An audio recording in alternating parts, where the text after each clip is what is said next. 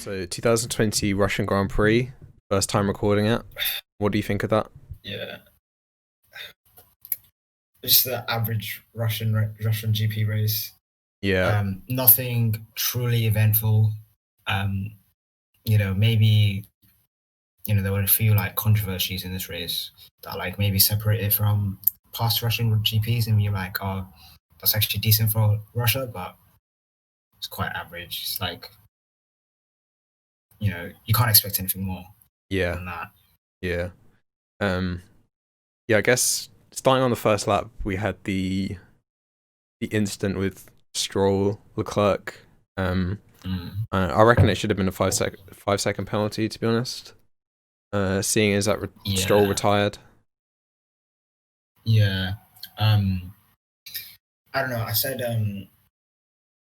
that I feel like context needs to matter in like these situations because sometimes because obviously it's the first lap, um, cars are naturally going to come together in the first lap.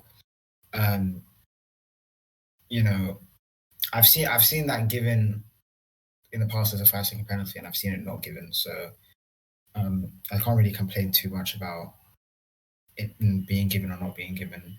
Yeah, Um, I think that it's makes just the sense. fact that like Stroll retired is the main thing. If you got like Mm, wing damage or a puncture, it wouldn't have been as bad, I think.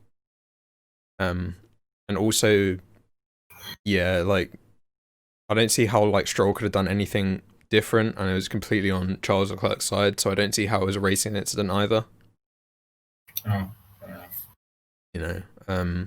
But yeah, I guess like lap one, yeah. Um, but Yeah, like I feel like just cars naturally come together in lap one, so you have to be a bit more lenient yeah, than in yeah, other cases. yeah. That's fair enough, I guess. Maybe like no, I was gonna say like a grid penalty, but I don't know if that might have I don't been. know. I feel like that's a bit extreme. Yeah, yeah, yeah. Yeah. Anyway, like Yeah. on lap one, we had the incident with Carlos Sainz, turn two, which is just like disaster of F1. Like that Yeah, corner if you is got the worst in F1, I'd say. yeah, bro, I just didn't even like. That was the craziest thing I've ever seen in my life. It reminds me of the F1 game where like, what do you call it? Where you go through the last chicane in Canada and then you hit the wall and Yeah, then your tire just explodes and it just comes off. yeah, That's literally what it was. I don't know. Turn two it just seems like a death trap to be honest. yeah, Um, yeah, I don't know. It's just very odd. I don't like.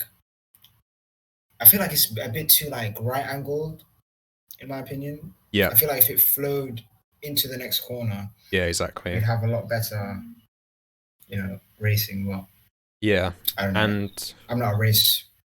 I'm not a track architect, so I can't really be like, yeah, oh, they should do this, but you know. um, well, obviously, like Carlos Sainz completely lost out on his races after the first lap because I don't know. It feels like the FAA are doing this really bizarre thing nowadays where they're trying to sort of emulate the idea of having like gravel. So it's like virtual gravel or something like that, where if you like touched the orange bump coming out of turn two, turn three, if you touch that Mm. bump, you like have to go around the barriers. But like it seems like with a lot of these Tilka tracks, Abu Dhabi is another example where they just have this like space and then they just fill in the space and they don't actually like care about the actual layout of the track because that even though that the FAA are always concerned about safety and especially like with having tarmac on the outside of corners, that exit of that corner is so narrow, where they try and rejoin on the track that Carlos Sainz literally got punted out of the race Yeah. because there wasn't enough space. Yeah. I don't know. I don't know, man. It's just like gravel's like a different beast in itself. Like we saw what happened when gravel's on the track last time in Mugello. Like half the Yeah, grid, like practically half the grid retired. So yeah, um, I don't know. I feel like with gravel, it incorporates more skill on the driver because like if you dip a tire in, you lose like a few tenths or something like that. Mm. um, and your like tires are dirty, and then like you have like a whole lap to go through to get them clean again. And it's just got a lot of these factors. But I feel like tarmac runoff areas just it feels very, how do I say it, artificial Yeah. in the sense, like I'd say it feels very artificial. Um, yeah, I don't know, Rush with this Sochi GP, what else they could have done with the space they were given. Like they just went around the Olympic Park Yeah. rather than Abu Dhabi, for example, where they just made this track, just made it. And it's like, oh, Yeah. now we're gonna build a hotel here, and it's gonna Yeah. be cool, guys. It's gonna be cool. But yeah, But Abu it's Dhabi just has a like lot of behind that turn two, there's just like a massive like one of that massive like plaza for yeah. the It's like Olympics or yeah, whatever. it's literally just a wall, just a Yeah. wall. I don't So know. That seems I don't very know. dangerous to me. It seems like they've just compromised that corner to make it slow it down, and then have some bizarre exit curb that runs onto the long turn four left hander. I feel like if they had more space, they could do some nice like sort of something like Stowe or something like that, like a nice like right hander going onto that long left hander. Also, That would actually be like yeah, decent, you know. Um, but it seems to compromise on safety and track entertainment as well, because kind of seems like, I don't know, because of the exit of that corner, it kind of seems hard to overtake as well. yeah. I don't know. It's a very Yeah. shit race, to be honest. It's like how do I describe it? Like every Tilka track is just the same at this point. Um, it's got basically the first sector's like got a straight or something. Um, and then the second sector is like it's like a straight with a chicane, and then the third sector is just like these right angle turns. Yeah. Every single turn is just right angle turns, and then Yeah. you go into the long straight again. And it is very, I don't know, it's very meh. Yeah. Um, Obviously there are good Tilka tracks, but Yeah. I don't know. Turkey's probably Turkey, Malaysia, the good ones. We'll see about Turkey later this year. Um, Yeah, I'm not too confident about Turkey, to be honest, with the way these cars are. yeah. But one other thing Mm. that I would like to highlight with that turn two is that um, I just don't like how the FAA now are basically they do this at they do it at France, and they do it at Spain, and they do it at Sochi now, where you touch a bump, you have to go round and then come back onto the track. It doesn't see I just don't like that, because we saw this race where Grosjean overshot that corner and he just blasted through the Yeah, the polystyrene, yeah. whatever it is. Yeah, yeah. I don't know when they started incorporating this factor. I feel like it was better when they just did that thing where it's just like, oh, you did a legal overtake, give back the position within 2 corners or something Yeah. over the radio. Yeah. But I don't know. Sometimes maybe that can compromise someone else's race. So maybe they're just like, oh, let's just do this so you can just get like, so that cannot be a factor if that makes sense. Yeah. Like illegal overtakes and stuff, but Yeah. it's whatever. Well, like I said last time, um this does come down to a business model problem of F1, where we go to these ridiculous tracks because the in the upside down way that F1 makes money, and how governments can basically manipulate F1 into doing whatever they want. Yeah. So hopefully in the future, we like F1 will actually step up and say we're not going to this track because it doesn't actually add anything to F1. Mm. I don't know. I feel like Russia could have definitely hosted a GP just at another track, to be honest. Maybe a newer track or something if they built one or something like that. Yeah. I definitely look forward to it. But yeah, it's just very. When I found out about the F1 business model, it was just very strange to me. It doesn't make any actual sense. Yeah. Um, like like the fact that Silverstone, arguably the best track on the grid, um, is put into question like every other year, saying, "Oh, will Silverstone host it this time?" And the fact that Germany was literally not going to have a race this year, and for the past few years it was Hockenheim and the Nurburgring like just exchanging turns, um, mainly because the track couldn't afford the F1 fee. It just kind of I don't know, it just leaves a bad taste in my mouth, I'd say, Yeah. and it just rubs me the wrong way, and it's Yeah. really annoying because we've seen. I feel like Hockenheim is like, I don't want to say a guaranteed exciting race, but it's a guaranteed exciting race. You know what? Do you know what I mean? Like I don't Yeah. want to say it because no track is like a guaranteed exciting race. I feel like you can get a boring race at every track, Yeah. but like there's some tracks that are more inclined to give you exciting races, and I feel like F1 need to prioritize those tracks rather than cater to these stupid tracks just because they offer a lot of money. Yeah. Um, like Sochi, Abu Dhabi. I don't know what else. I don't know what else I could put into that conversation. But yeah. Um. Yeah. But anyway, the arguably the biggest talking point from the race was Lewis Hamilton's just penalty from the FAA, practice start violations. It's so bizarre seeing that. I've never seen anything like it. Um, I don't know. What did you think of like the whole situation about Hamilton? I can't. I don't think he can complain. To be honest, it's like you did break the rules. Um, Usually, I'd say me as a fan of F1, I'm I usually side with the drivers more when these sort of things happen. But this one is like printed on the rules, black and white.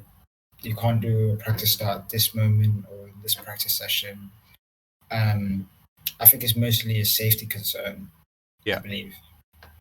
Obviously, when it's like high speed coming down from basically this pretty long straight, yeah, I don't know. It doesn't really, you can't really complain too much. There's a 10-second penalty. Like when you look at it, it does sound excessive, but then um, if you just follow the rules, then you wouldn't get it. Yeah. The race directors put out notes this weekend about not doing practice starts at that point of the track, and yeah, I guess if he breaks the rules, then I guess it's perfectly fine to get the Yeah. penalty.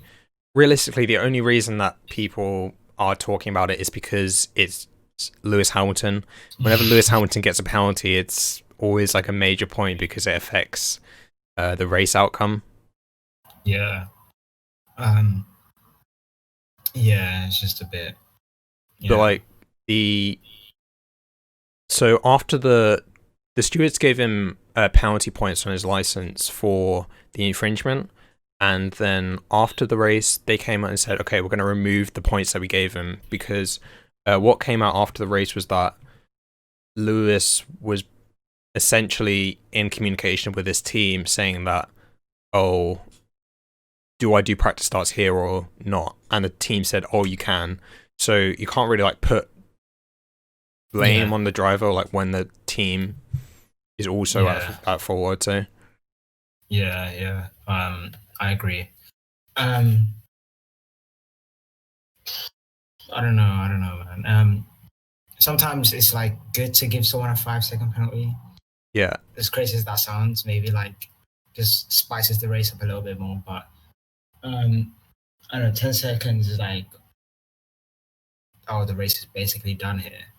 You know, yeah, it was like um, what 30-second pit stop. It's like okay, then race yeah. is done. So that's like the other question is whether the penalty actually did affect the race because a lot of people after qualifying there were mishaps with Hamilton in Q2 with his tires.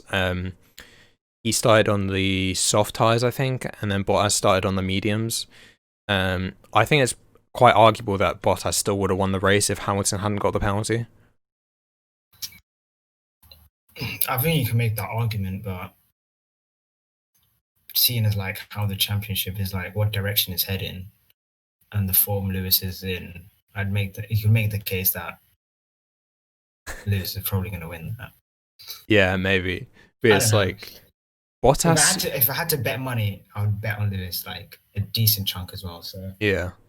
But like, what's so funny about this race is that how Bottas is the most tuned. Like, Bottas Sochi is the best driver yeah, pairing I've seen more than any other driver. I'd say, even like Hamilton at Silverstone, that's arguably like no, no, no, it's not nah, arguable. because like Bottas Bottas is the only track where he dominates, whereas like Hamilton could go to any track, he'd still do good. Yeah, Hamilton at Hungary or Hamilton at Canada. But like I'm just putting it out there. I've never seen When a driver where it's like there's one track on the calendar where you know, okay, that driver's gonna be fighting for the win. Usually it's a bit more like murky. Singapore, what else? Bro, there's loads. There's loads. I don't think now. I think you're just over exaggerating. There's just a recency bias, in my opinion. Um, Now, Bottas at flipping Sochi isn't like anything ridiculously special. I don't think. He's Look, arguably okay, how about he's had 3 wins there. If you count 2018, he's had 3 wins there.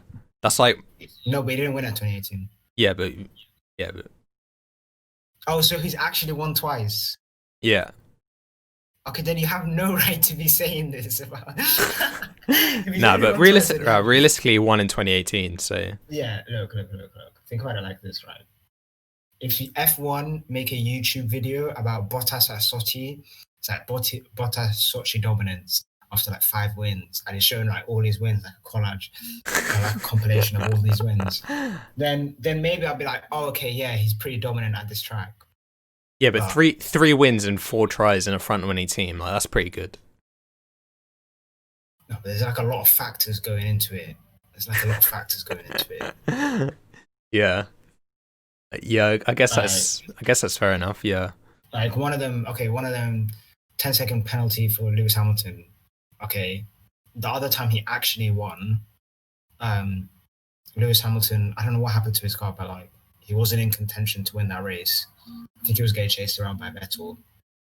Um, and the one time he should have actually won off merit, he had to flipping give it up for team orders. yeah. So in reality, the only time he actually won is the time he lost. So what we do? Yeah. I think you're just over exaggerating it a little bit. Like we need to like calm down here. Like if he All wins right. next year, then I'll be like, okay, maybe He's gonna win next year. So all right. realistically, All right, next year if we do predictions and you don't predict Bottas to win Russia, then I'm on your head.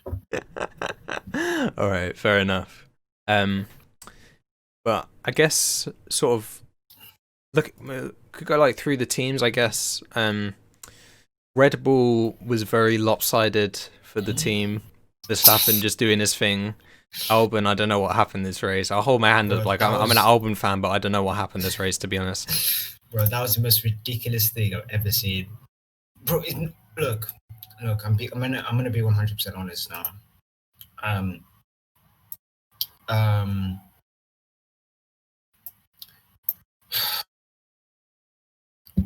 How do I say this?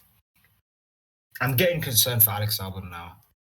Like now, I'm truly getting concerned. I know you're rolling your eyes now. I'm not even looking at the Discord now. You're probably rolling your eyes or some shit, but I'm getting really, really concerned because where did he? Okay. Let's. I'm bringing up the qualifying and all that stuff now, so I can see it. So he finished 10th. He qualified 15th. Why is he qualifying 15th? Like Red Bull need to stop doing this, where they set this guy up for failure. Because He got a 5 second time place penalty for a gearbox change. In all fairness, so we qualified 10th then. yeah, I think so.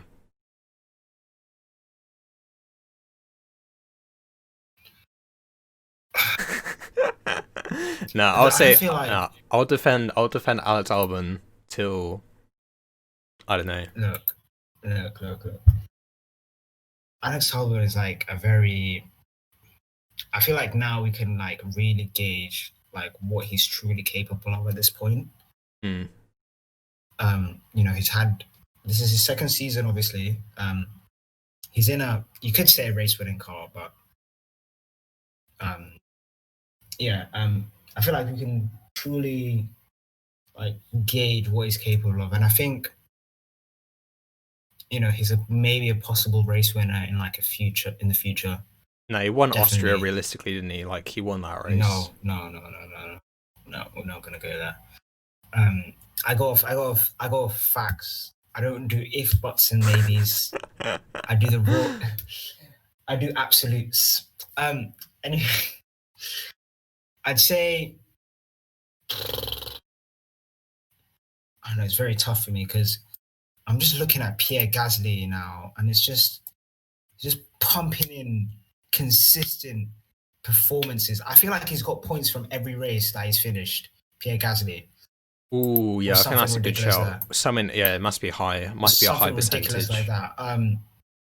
It's just flipping like Pierre Gasly is probably I don't know what it is. If I'm gonna be 100% honest, he's probably the best driver. Oh, wait, let me phrase this correctly because I don't want anyone to like take this out of context. In terms of driver car partnership and like what you're expected to perform and like what you're actually performing, I feel like Pierre Gasly's got the best plus minus out of anyone on the grid, if that makes sense. He's outperforming his car more than anyone else. Yeah, more than anyone else. That's yeah, yeah, I'd agree with that. Yeah, Um, yeah, that's all I can say to be honest. but He's sitting like on. the problem He's with the whole argument for me is that if you take Gasly, put him in the Red Bull, I I guarantee you he'll look, be look, fighting look, Albon in the AlphaTauri. look. I'm I'm not telling making an you. argument. I'm not making an argument for Pierre Gasly to be in that Red Bull seat right now. Right. Yeah, I've said from the beginning of the season, I don't feel like they should do any mid-season switches at all. Um, I think maybe they'll do like a end of season like analysis and like really weigh up their options and like really be careful with this because they don't want to do any like sort of mistakes, especially like the position the Red Bull race driver program is in its current state. Because I'd say it's kind of fragile, is the way I describe it. yeah. Um, but I'm gonna say it now. I feel like Pierre Gasly might just get that Red Bull seat next year. I don't know. And it's I not even feel like, like and I feel like, bro, look, I'm gonna say it like this. I'm gonna say it like this. If Pierre Gasly is not in that Red Bull seat next year, I feel like a lot of teams will be looking at him. A yeah. lot of top teams will be looking at him The because only problem is that 2021 is like completely locked out. Pierre Gasly isn't going to go to Haas or Alfa Romeo. So no. there's no I'm like, talking about top teams. I'm yeah, not there's talking about no midfield teams. I'm talking about the big three. Well, not the big three. I'd say the big four at this point, or five. well, I feel like realistically, he's not going to Ferrari, and he's not, but I feel like Ferrari would keep an eye on him. if I Mercedes, feel like if Hamilton retires, I'd Mercedes will keep an say eye on him. if Hamilton retires, I'd say go to Mercedes. Like that's a Yeah, I feel like pretty Mercedes will keep an eye on him. Red Bull, obviously. McLaren, I feel like are keeping an eye out as well. Especially, look, because people don't actually know this. Ricardo's like 31. He's yeah, not a young guy. yeah.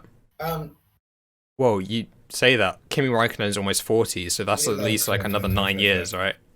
look. Kimi Raikkonen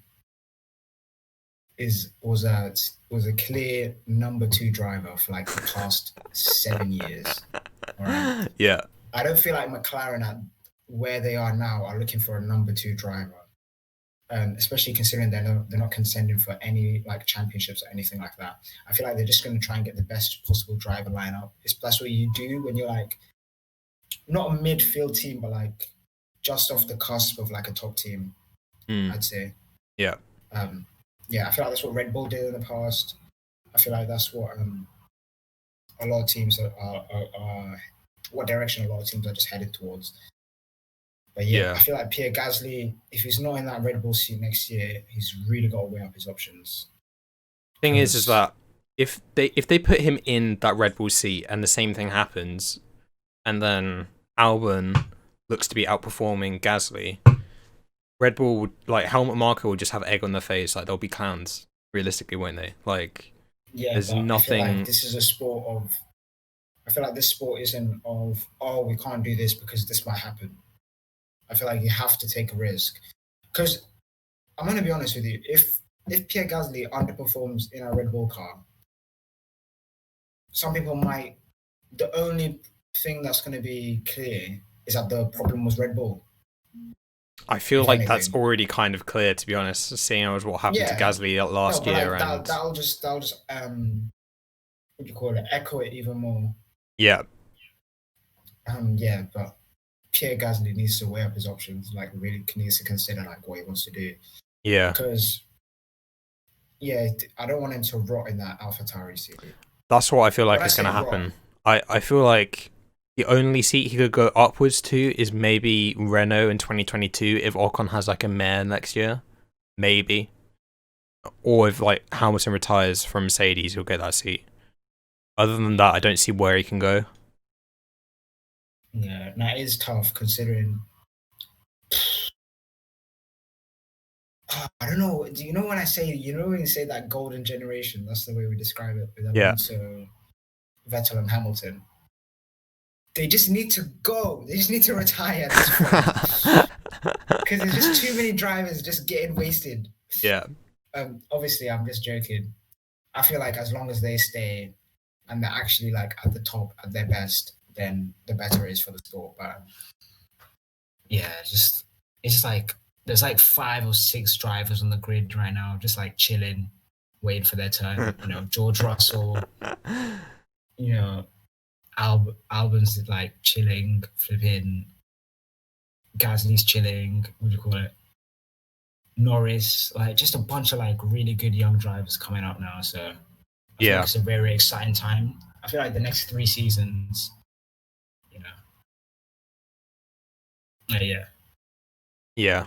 But I guess one anything else like from the midfield? I'll give like a shout out to Sergio Perez. He had like an amazing race and no one has been talking about him. Yeah, I feel sorry for Perez. Also the Renaults He as was well. They like, were rapid this weekend. I feel like Renault are good like track by track basis. So um, I'm never gonna be like on the Renault hype train until like Alonso like does something ridiculous, and then even then I will be on that Renault hype train. I just feel like that was just Alonso being Alonso. So Yeah. yeah, um, Well, I guess like speaking of midfield teams, I guess we could like mention Ferrari. So Charles Leclerc had like a great pace this weekend, and yeah, that mm, was really surprising to mm, see. yeah, he I can't remember where he finished. 6th, I believe. 6th. That is ridiculous. He started 10th. He finished 6th. Like that's really, really good progression. I don't know what happened to Vettel. I just feel like he just can't drive that car. Yeah, Um, that's I just wanted to highlight that. Yeah, like I feel like this every weekend that goes by now, it seems to get highlighted more the difference between Leclerc and Vettel, not as drivers but as in terms of team entities. I don't know mm, why there's no, such a because massive difference between those two cars. I don't know. I feel like there's a similar case with Albon and Verstappen. Driver style, the type of car, what it gives you and stuff. You know, I don't feel like you can make. I don't feel like you can make the argument of Charles Leclerc being better than Vettel.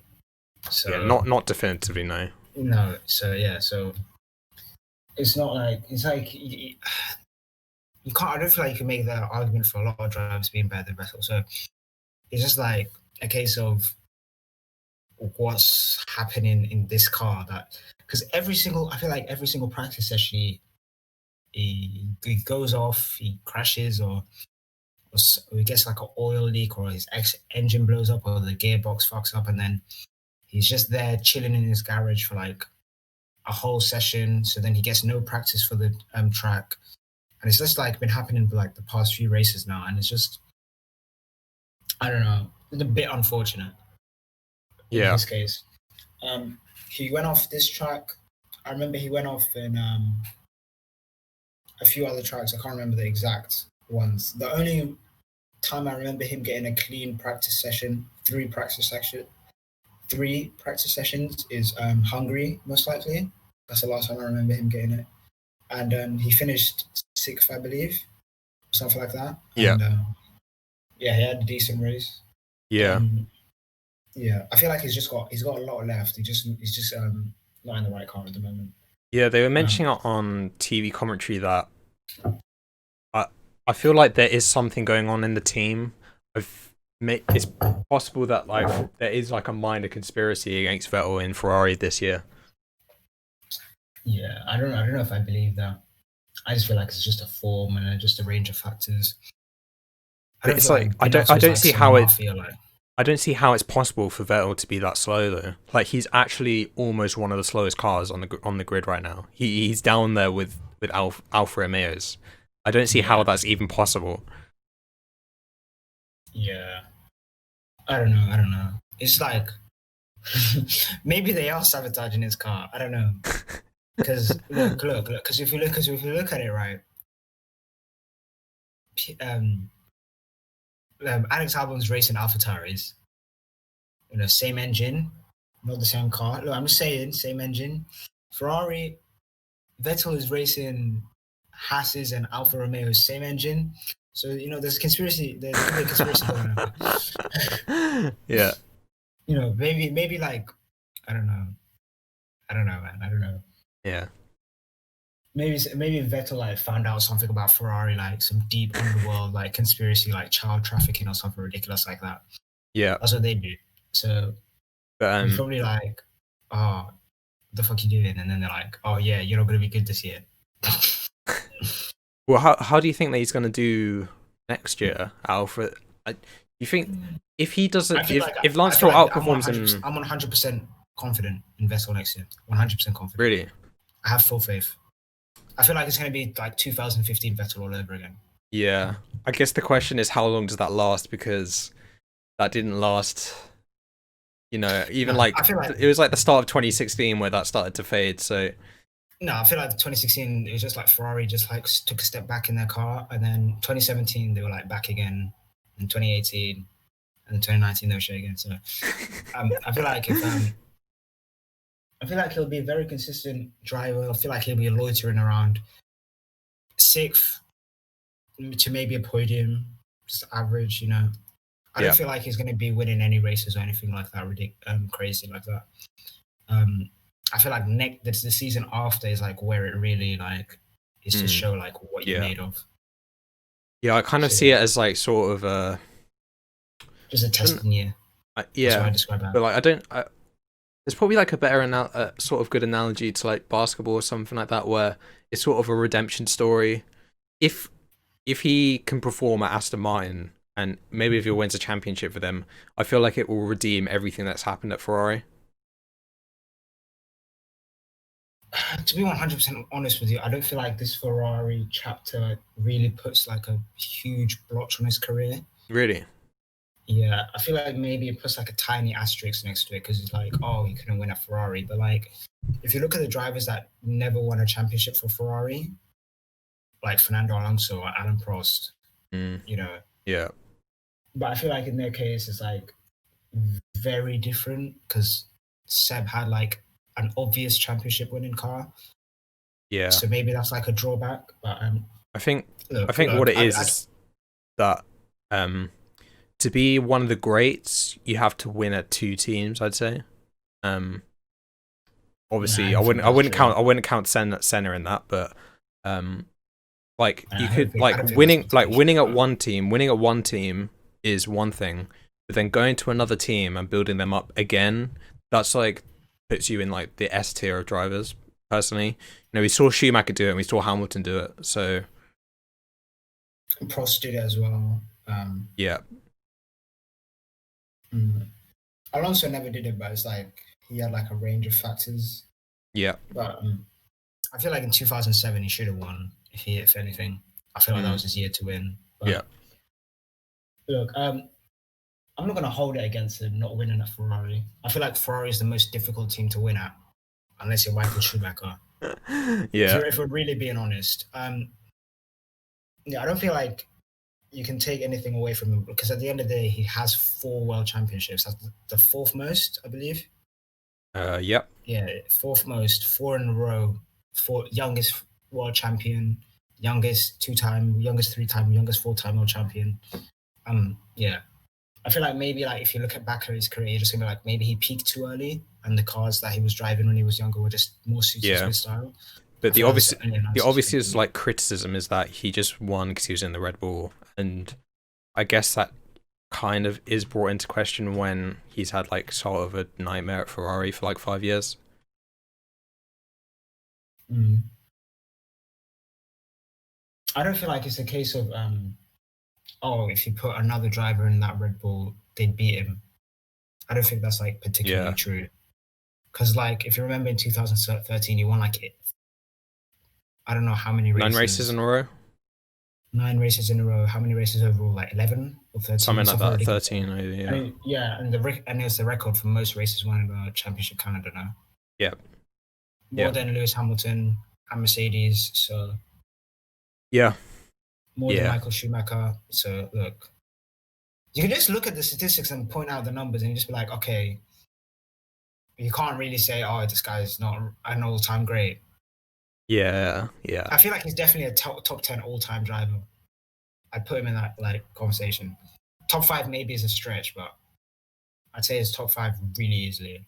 yeah, yeah. Um, I guess that's about everything. It's obviously quite a short one today because Yeah, Sochi Russia's is just shit. So, garbage. So, do you know, you want to do predictions for next race? uh, could maybe do it another time. I Oh, like to do I that. just wanted to get it off my chest now. Save it, save it, save it. Okay, because I don't want to forget like last time. Because if we're going, No, because we're gonna be no, like, no, no. We'll do it. We'll get it done. all right. If we don't get it done, I'll just message it to you. Yeah, yeah, yeah. You Okay. gotta catch me up in the league. But yeah, we'll go over that. We'll go over All that next time. So yeah, that's everything, I guess. right. All right, cool. Thank you.